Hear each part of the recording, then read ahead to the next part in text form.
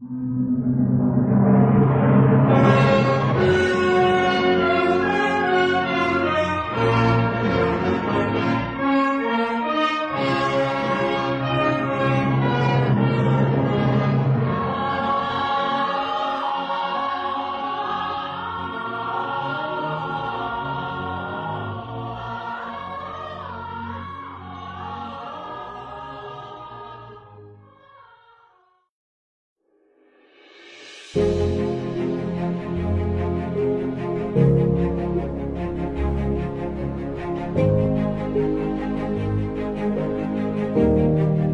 งอัตตปือเป็นแขวงตั้งอยู่ใต้สุดเบื้องตะวันออกของประเทศลาวมีชายแดนติดจอดกับบรรดาประเทศเพื่อนบ้านและแขวงใกล้เคียงทิศเหนือติดกับแขวงเซกอง137 กิโลเมตรทิศใต้ติดกับแขวงรัตนคิรีและแขวงเสียงแตงราชอาณาจักรกัมพูเชีย224 กิโลเมตร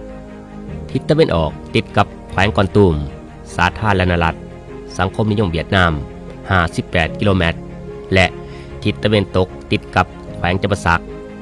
180 กิโลเมตรลักษณะที่ตั้งภูมิสันฐานเคิงทงเพียงและเคิงผู้ดอยมีเนื้อที่ทั้งหมด 10,320 กิโลเมตรมี11ส้นเผ่าอยู่รวมกันมีพลเมือง 174,000 กว่าคนประกอบมี5เมืองคือเมืองสามัคคีไซไส้เศรษฐาซานไซภูวงและสนามไซโดยน้ำใส่เส้นทางผ่านสายหลักคือเส้นทาง18 เบออกสู่สาธารณรัฐสังคมนิยมเวียดนามทาง1 เจออกสู่ราชอาณาจักรกัมพูเชียทาง18 เอ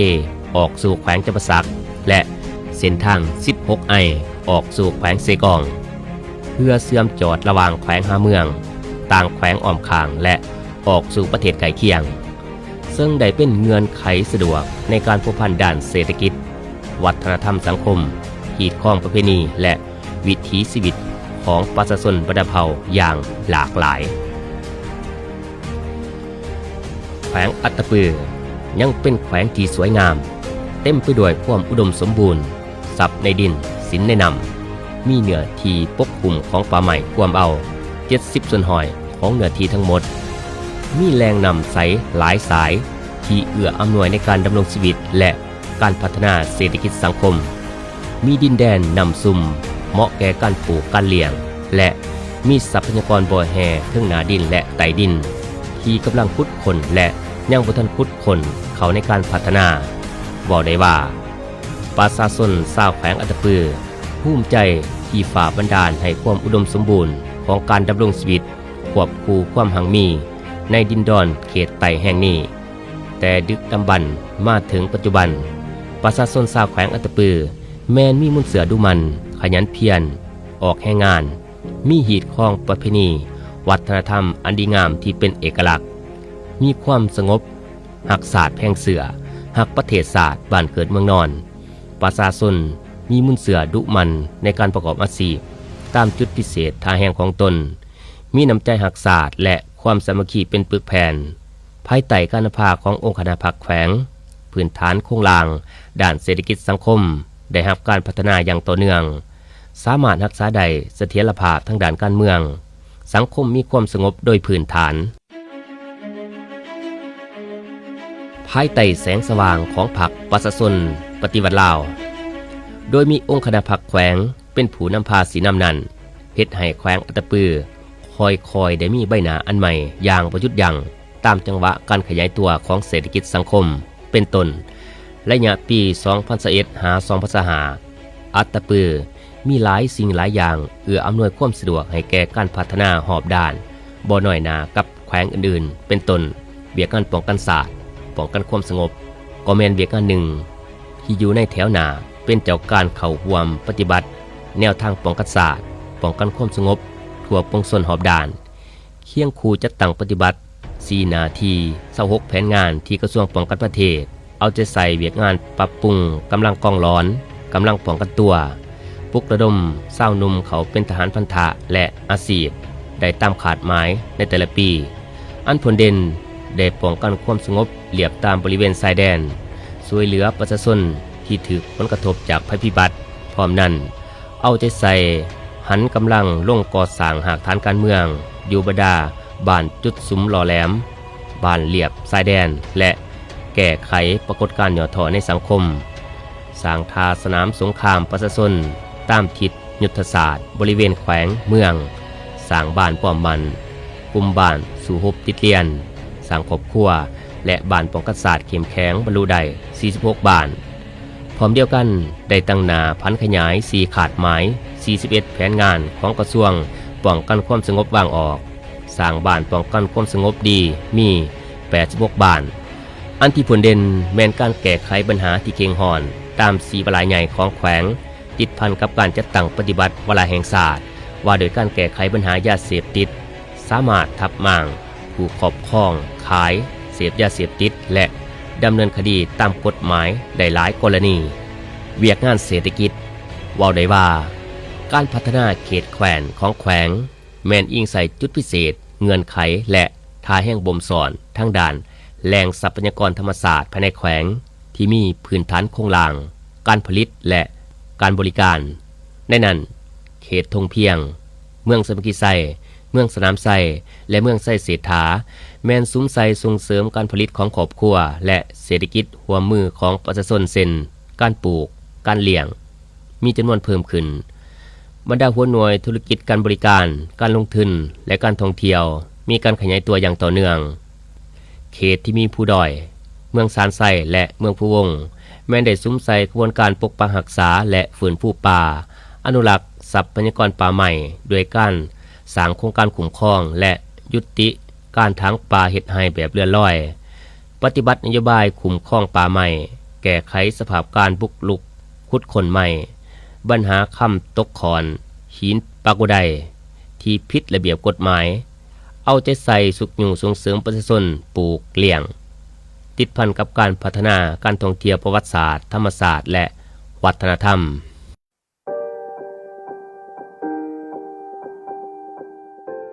การพัฒนาตามแขนงการตลอดระยะ5 ปีผ่านมาบรรดาแขนงการเกี่ยวของนับทั้งขันแขวงหอดขันท้องถิ่น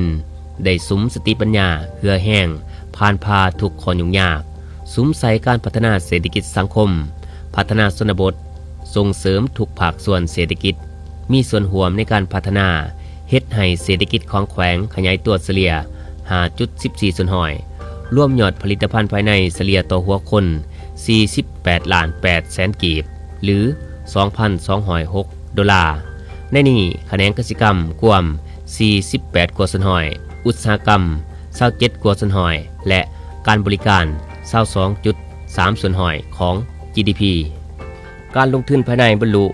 13 ตื่อ4ห้อย97 ล้านกีบ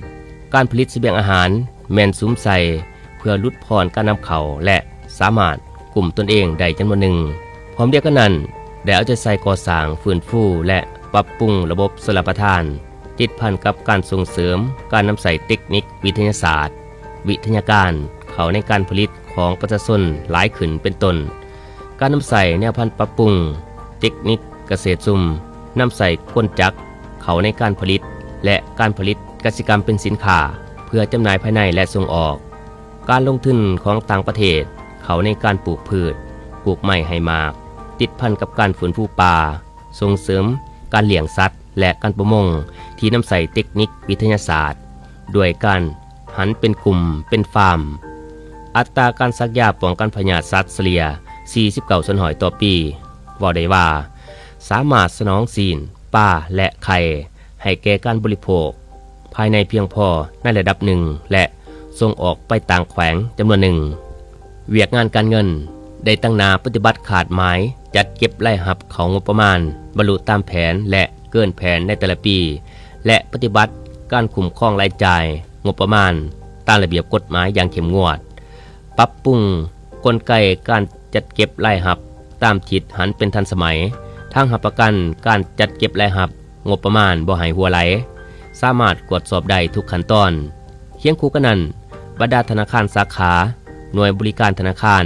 เอาใจใส่สุขอยู่และส่งเสริมการผลิตธุรกิจและการบริการการแก้ไขความทุกข์ยากของประชาชน โดยสร้างเงื่อนไขอำนวยความสะดวกให้บุคคลนิติบุคคลก็คือกลุ่มผลิตสมาคมหัวหน่วยธุรกิจได้เข้าถึงแหล่งทุนและนโยบายการปล่อยสินเชื่อดอกเบี้ยต่ำหลายขึ้นเวียกงานอุตสาหกรรมและการค้าก็แม่นเวียกงานหนึ่งที่เป็นปลายแหลมสำคัญในการกระตุ้นเศรษฐกิจสังคมให้ขยายตัวอย่างต่อเนื่องผลเด่นแม้นการคุ้มครองบรรดาผู้หน่วยธุรกิจให้เคลื่อนไหวถูกต้องตามกฎหมายส่งเสริมการผลิตอุตสาหกรรมปรุงแต่งผลิตภัณฑ์กสิกรรมเพิ่มขึ้นสุกอยู่ส่งเสริมผลิตภัณฑ์ของประชาชนเป็นสินค้าโอดอปเพิ่มขึ้นใน3เมืองคือเมืองสามัคคีไซเมืองไซเศรษฐาและเมืองซานไซผลิตภัณฑ์โอดอปส่งออกไปตลาดต่างประเทศจำนวนหนึ่งตลาดซุ่มซ่นมีการขยายตัวเพิ่มขึ้นและสามารถบริการผลิตภัณฑ์สินค้าของประชาชนอย่างกว้างขวางเวียกงานโยธาธิการและขนส่งตลอดระยะ5 ปีที่ผ่านมาด้านพื้นฐานโครงสร้างที่จำเป็นได้รับการพัฒนาอย่างต่อเนื่องโดยสุมใส่การก่อสร้างซ่อมแปลงและบูรณะรักษาขัวทางแขวงหาเมืองเมืองหาเมืองชายแดนของแขวงแต่ละเมืองและแต่ละบ้านมีเส้นทางเข้าถึงและสามารถเที่ยวได้ตลอดปีผลเด่นแม่นก่อสร้างเส้นทางหลวงแห่งชาติแต่เทศบาลแขวงหาเมืองสนามไซไก่สำเร็จและเที่ยวได้ปกติปรับปรุงปูทางอัศพานในเทศบาลแขวงก่อสร้างหอหลักเมืองก่อสร้างป้องกันเจือนแคมทาเซกมานเซกองและประชาชนมีส่วนร่วมในการประกอบทุนห้อนแห่งงานเขาในการก่อสร้างเส้นทางเข้าหาแต่ละบ้านเคียงคู่กันนั้นเวียกงานบริการขนส่งโดยสารและสินค้าภายในและต่างประเทศเพิ่มขึ้นแต่ละเมืองมีรถโดยสารแล่นบริการเป็นปกติระบบตาข่ายไฟฟ้าสามารถว่าได้ว่า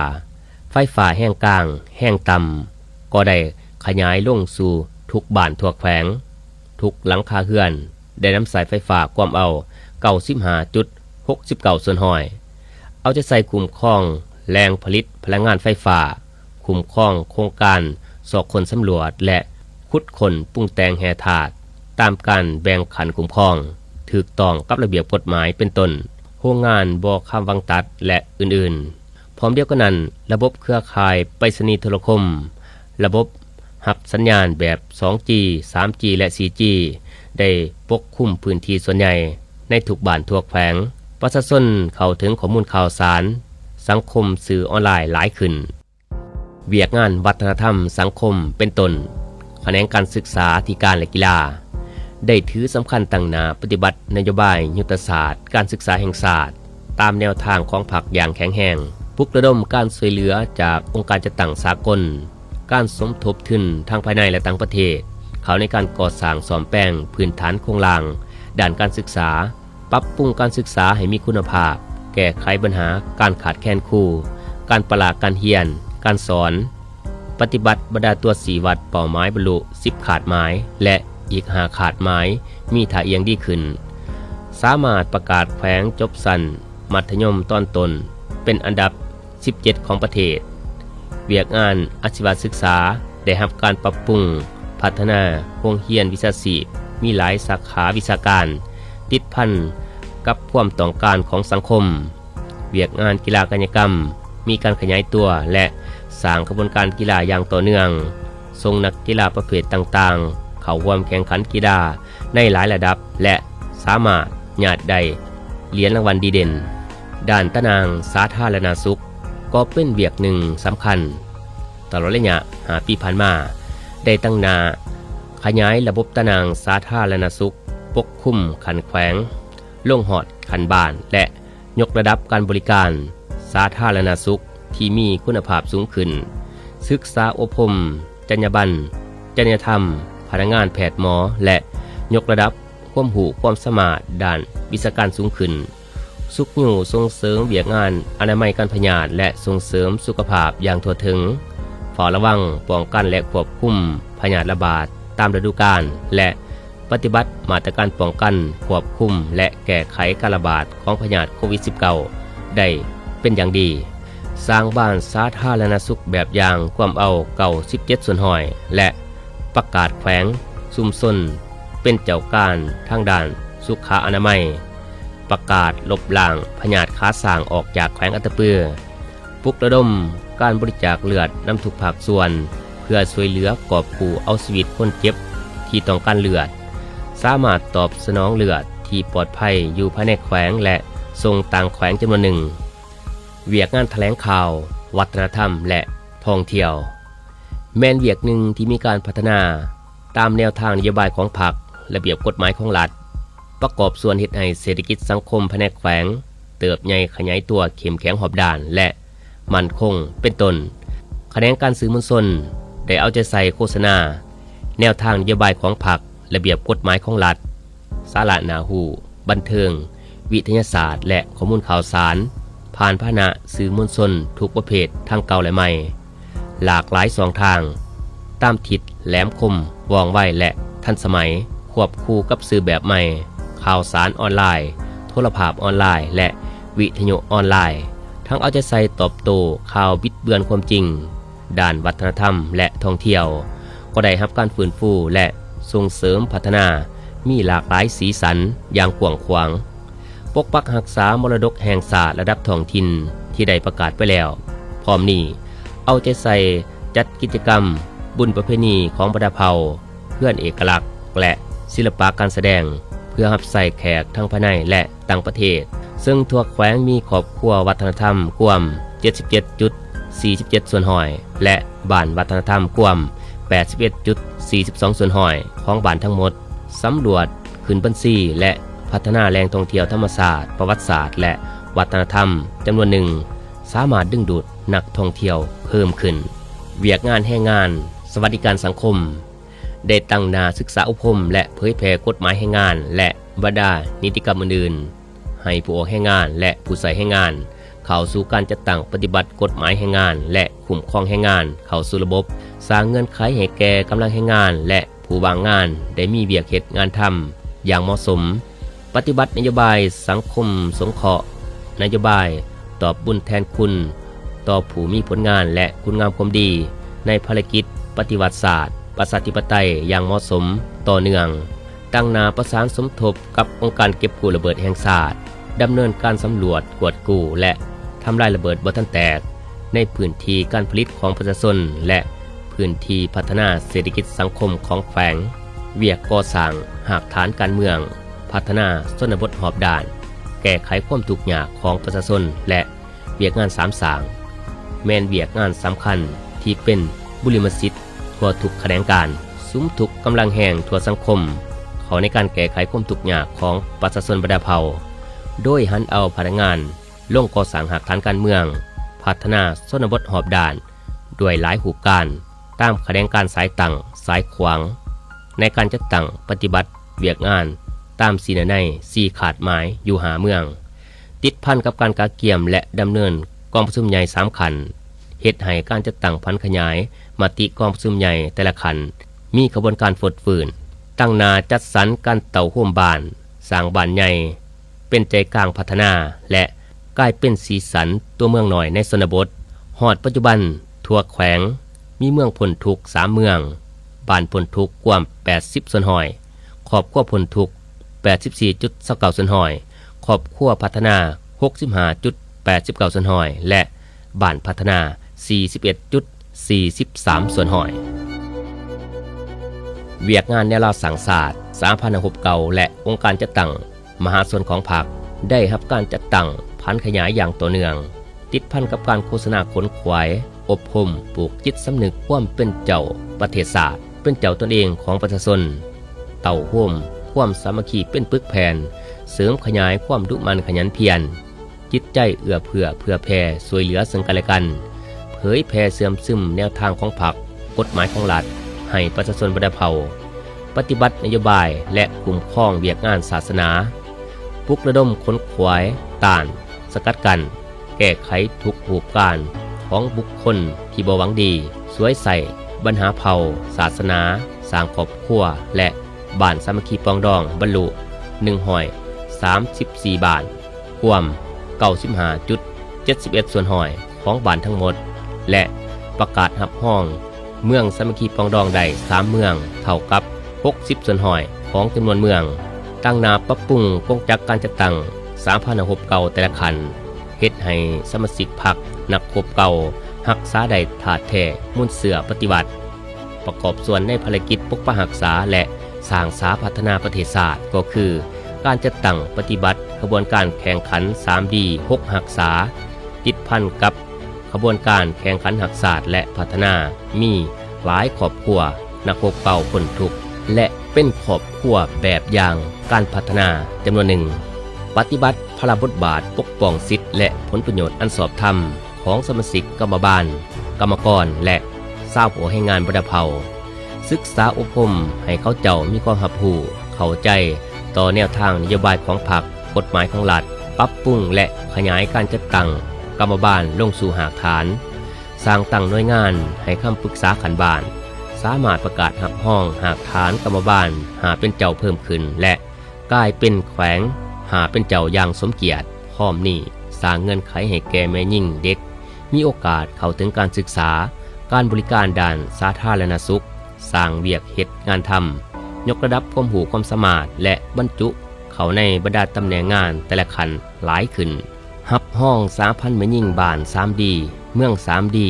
และประกาศนามยศเป็นแขวงสาพันแม่ยิ่ง 3D ตามระดับขาดหมายพร้อมเดียวกันนั้นทันแถวเศร้าหนุ่มเป็นกำลังสืบถอดเปลี่ยนแทนขององค์คณะพรรคแต่ละขันผลเด่นสุมใส่จะตั้งพันขยายขอแข่งขัน4บุกของเศร้าหนุ่ม 3D 4หูของเยาวชนเข้าสู่เวียกงานตัวจริงและเป็นขบวนการกว้างขวางสามารถทำห้องเศร้าหนุ่ม4บุกกวม85ส่วนหอยและเยาวชน 3D 4หูกวม 90.71 ส่วนหอยและประกาศคณะสนมเป็นแขวง4บุกอย่างสมเกียรติเวียกงานพัวพันกับต่างประเทศได้ปฏิบัติแนวทางการต่างประเทศของพรรคยึดมั่นหลักการพัวพันหัวมือต่างฝ่ายต่างมีผลประโยชน์เสริมขยายการพัวพันหัวมือแบบ2ฝ่ายหลายฝ่ายหลายทิศและหลายระดับโดยเสริมขยายการหัวมือกับบรรดาแขวงภาคกลางและภาคใต้ของสาธารณรัฐสังคมนิยมเวียดนามในการสร้างทรัพยากรมนุษย์ดึงดูดการลงทุนแขนงกสิกรรมอุตสาหกรรมและการบริการเวียกงานปกปักรักษาชายแดนพัวพันหัวมือกับบรรดาแขวงของสาธารณรัฐประชาชนจีนสร้างสายสัมพันธ์ระหว่างประชาชนด้วยกันเพื่อดึงดูดการลงทุนด้านกสิกรรมอุตสาหกรรมการศึกษาวัฒนธรรมและอื่นๆเคลื่อนไหวพัวพันหัวมือกับบรรดาแขวงไก่เคียงราชอาณาจักรกัมพูเชียเป็นปกติร่วมมือด้านการค้าการลงทุนการท่องเที่ยวและการช่วยเหลือด้านวิชาการกับราชอาณาจักรไทยเป็นเจ้าการเคลื่อนไหวในคอร์ดหลายฝ่ายกอบ CLV และได้รับเกียรติเป็นเจ้าภาพจัดการประชุม CLV ในปี 2024 เวียกงานก่อสร้างพนักงานได้กลายเป็นหนึ่งในของเขตเวียกงานที่ได้รับการเอาใจใส่เป็นเจ้าการปรับปรุงตนเองทั้งด้านการค้นคว้าปรับปรุงและยกระดับอย่างต่อเนื่องภายใต้การสีนำโดยกงจากองค์คณะพรรคแขวงการดำเนินชีวิตการเมืองปวดแปลงพรรคได้ดำเนินอย่างแข็งแรงติดตามเก็บกำและแก้ไขสภาพแนวคิดหางเสียงสังคมต่อการจัดตั้งและสมาชิกพรรคปรับปรุงการจัดตั้งพรรคแต่ละขันอย่างเป็นระบบต่อเนื่องปัจจุบันทั่วแขวงสมาชิกพรรค11,228 สหายยิ่ง 3,341 สหายเทียบใส่ปี2020เพิ่มขึ้น 12.44 ส่วนหอยมีการจัดตั้งหากฐานพรรค620หากฐาน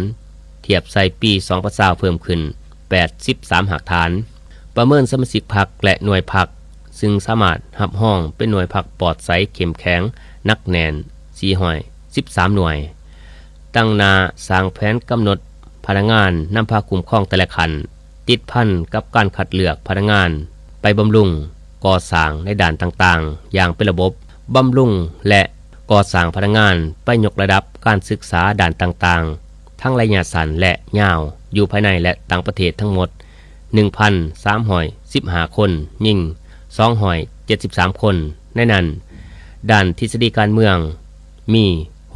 662 คนยิ่ง97 คนและด้านวิชาเฉพาะมี653 คน ยิ่ง176 สหายปัจจุบันทั่วแขวงมีพนักงานราชการ 5,248 คนยิ่ง 2,214 คน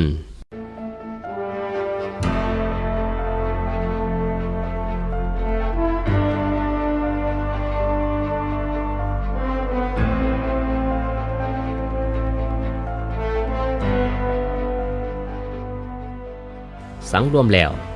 การจัดตั้งปฏิบัติมติกองประชุมใหญ่ผู้แทนองค์คณะพรรคแขวงครั้งที่ 11 ก็คือมติกองประชุมใหญ่ครั้งที่ 11 ของพรรคตลอดระยะ5 ปีผ่านมาเห็นว่าแขวงอัตตปือมีการหันเปลี่ยนอย่างตั้งหน้าตัวเมืองก็คือชนบท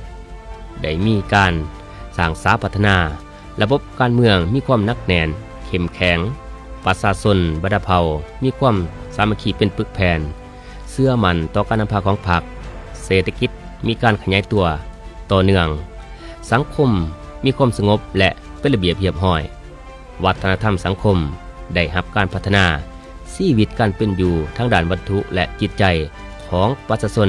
ได้รับการปรับปรุงปรับแปลงดีขึ้นบรรดาหมากผลที่กล่าวมานั้นเป็นการยั่งยืนถึงความถูกต้องของแนวทางนโยบายของพรรคเฮาส่องแสงถึงความสมานนำพาและความรับผิดชอบขององค์คณะพรรคแขวงบวกกับการประกอบส่วนอันใหญ่หลวงของสมาชิกพรรคพนักงานราชการกำลังประกอบอาวุธกองกำลังทุกภาคส่วนบรรดาองค์การจัดตั้งต่างๆและประชาชนบรรดาเผ่าก็คือการช่วยเหลือของเพื่อนมิตรทั้งภายในและต่างประเทศจึงเฮ็ดให้การจัดตั้งมติกองประชุมใหญ่ครั้งที่ 11 ผ่านมาบรรลุผลอย่างจบงามภายใต้การนำพาขององค์คณะพรรคแขวงอัตตปือ